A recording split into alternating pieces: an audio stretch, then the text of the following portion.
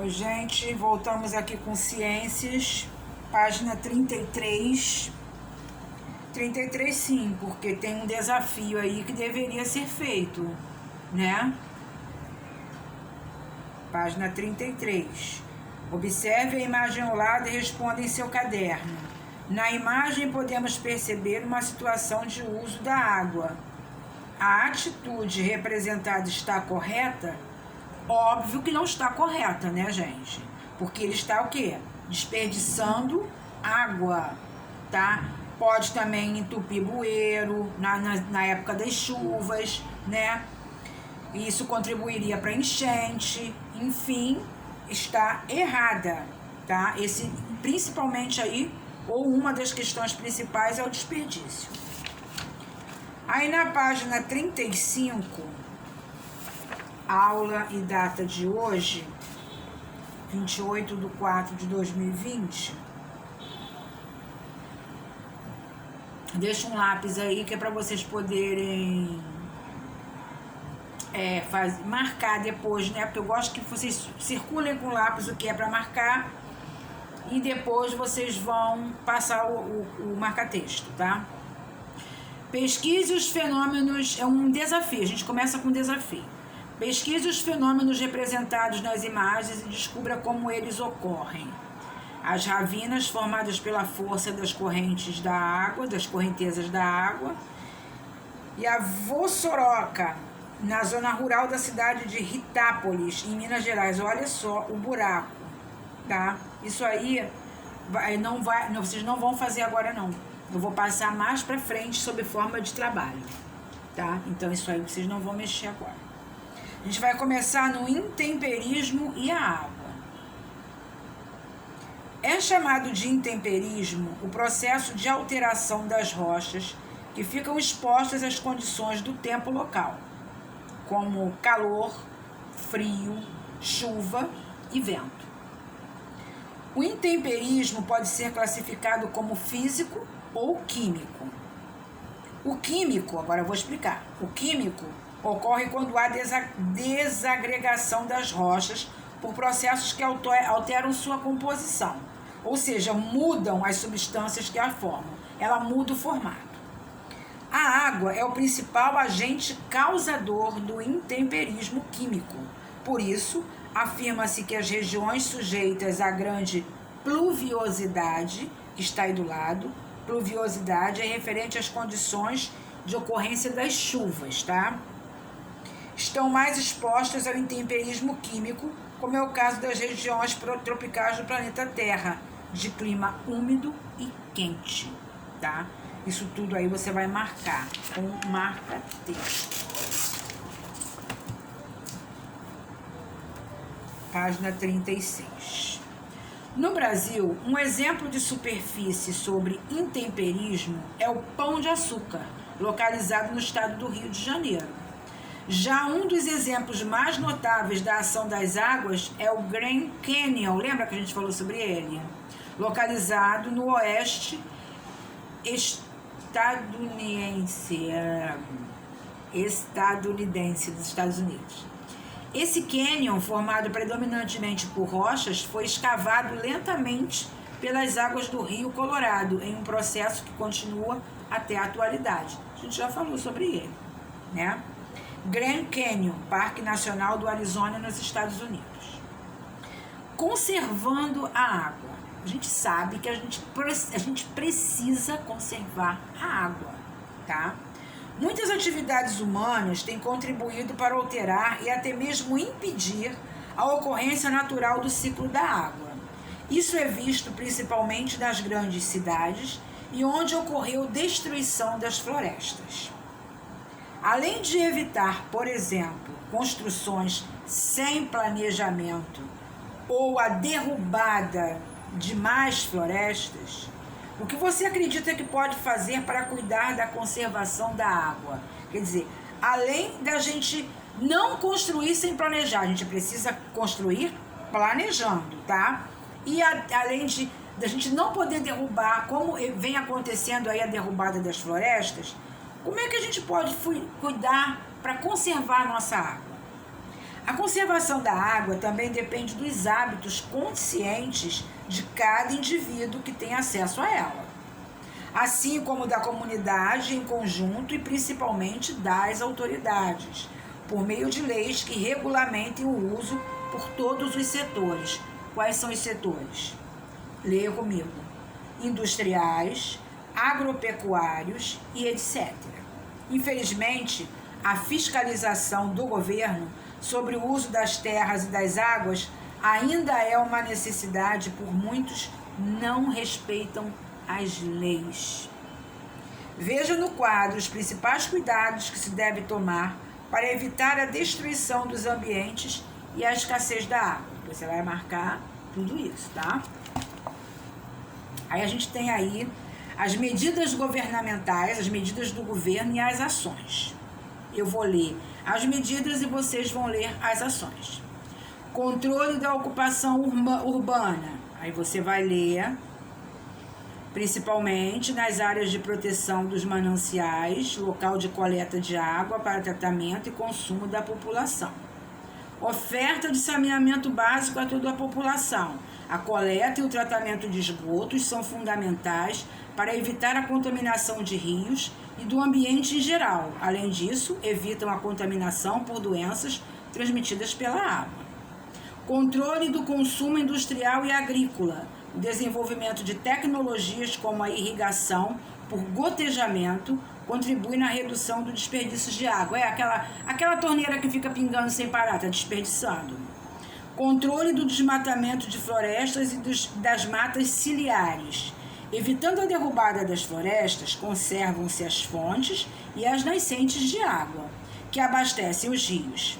A mata ciliar é a formação vegetal que cresce ali nas margens dos rios e dos lagos, tá, gente? Evita as erosões, é uma vegetação importante para evitar assoreamento e contaminação da água quando próxima a áreas de agricultura. Medidas pessoais. Economia no uso diário, evitar o desperdício. Reaproveitar a água, então a água que a gente lava a roupa, a água que vai jogar na calçada, aproveita da piscina, aproveita a água que está no balde, não usar mangueira, né, porque é um desperdício tremendo. E usar um pouco de detergente e sabão nas roupas, tá? Usar pouco. Os detergentes contribuem para a poluição das águas dos rios e mananciais. Vocês não sabem como o detergente prejudica. Então, usar, sim, pouco, tá? Aí a gente tem a mata ciliar, vista parcial das margens do rio Tibage, no estado do Paraná, e de sua mata ciliar. Mata ciliar, que a Tivana já falou, é aquela mata que cresce ali nas margens dos rios, dos córregos, dos lagos, né? Deve ser totalmente mantida. Mais um motivo para cuidar da água. Você aprendeu que a água circula pelo planeta, passando pela atmosfera, pelo solo, pelos rios, pelos mares. Imagina agora tudo que você joga na água que vai circular pelo planeta. Tu já pensou isso? Tudo que você joga na água vai circular pelo planeta. É de colocar a mão na cabeça mesmo, tá? Porque é dose. 38. De alguma forma, sim, tudo vai ficar na água ou em algum outro local do planeta. Por isso, devemos cuidar muito bem da água que usamos e consumimos. A água que chega às nossas casas tem que passar por um tratamento para retirar as impurezas e principalmente eliminar muitas substâncias e até bactérias e outros seres que podem causar doenças. Assim, ela se torna potável. Potável é água boa para beber, tá? Limpa o suficiente para ser consumida e não transmitir doenças. Os locais que fazem esse tratamento de água são as estações de tratamento de água, ETAS, estações de tratamento de água, tá? A gente já viu isso no terceiro ano, a gente já viu isso no quarto ano. Vista aérea da estação de tratamento de água de Carapicuíba, região metropolitana de São Paulo. A água captada de reservatórios, especialmente reservados para esse fim, é encaminhada para tubulações, para as ETAs, onde passam por uma série de tanques de tratamento. O tratamento consiste em vários métodos especiais, divididos em etapas específicas, como descritas a seguir. Quando a gente estava com aquele problema da água, que a água estava contaminada, que a gente tinha que comprar água, passaram diversas reportagens na televisão mostrando essa água desde a nascente até a que ela chega pra gente, tá? Então a gente vai ter aí uma visão rápida. A gente vai ver as etapas. A pré-cloração é a água captada que entra em um reservatório e recebe o cloro para facilitar a retirada de matéria orgânica e metais. Depois vem a coagulação. Acrescenta-se substância coagulante, como sulfato de alumínio ou cloreto férrico.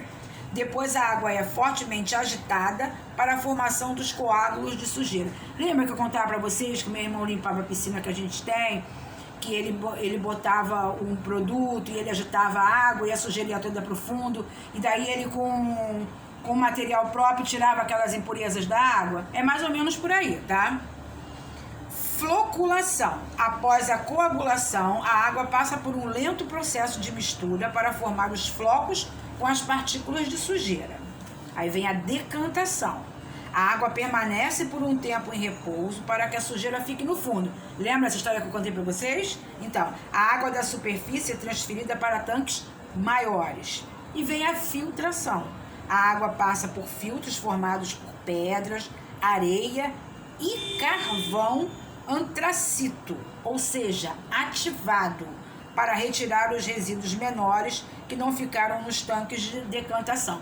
Lembra quando a gente estava com aquele problema da água também? Que foi colocada essa questão do carvão para ativar, para tirar os resíduos maiores da água? Também foi falado isso. Depois vem a desinfecção. O cloro é novamente adicionado para garantir a isenção de protozoários, bactérias e vírus causadores de doenças. E a fluoretação, a adição do flúor, também é feita para ajudar a prevenir a cárie da população. Depois disso, a água já está pronta para seguir até os reservatórios dos bairros e ser distribuídas para as casas. Olha quanta coisa ela passou antes de chegar para a gente.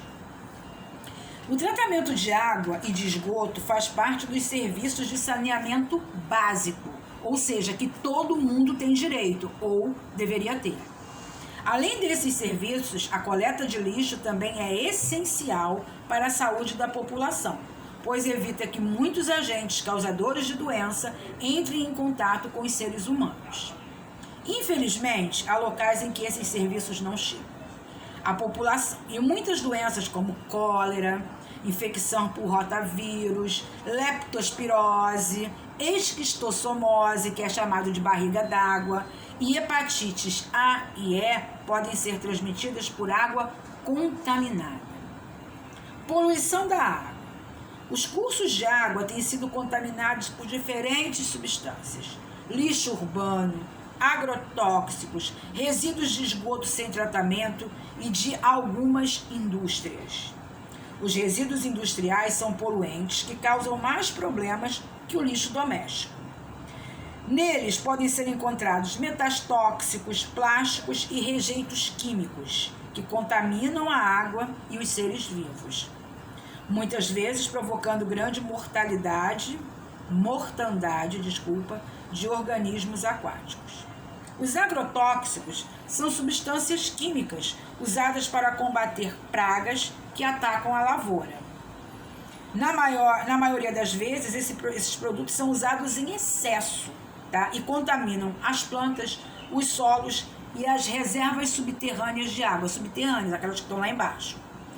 A destruição da mata ciliar, que é aquela mata que fica ali na beiradinha dos rios, dos lagos, lagoas, então, facilita o escoamento da água da chuva dos campos, contaminando os leitos dos rios. No Brasil, muitas regiões já têm rede de esgoto. No entanto, há falta de tratamento desse esgoto recebido e muitos seguem diretamente para os rios, causando sérios problemas. Olha essa espumeira aí, gente. Isso aí está formando o rio poluído, tá? E fora os serviços básicos, que é a coleta de lixo, a água boa pra gente beber, isso tudo tem muita gente que nem recebe, tá? Porque ainda tem gente que tem valas a céu aberto. O que é valas a céu aberto? É onde passa o esgoto, que não tem nem manilha, não tem nada, tá? Então aquilo fica aberto ali e o povo respirando aqui. Bom, nós vamos até aí na página 39, marquem um xizinho, tá? E aí vocês vão marcar tudo que a tia Ivana leu, tá?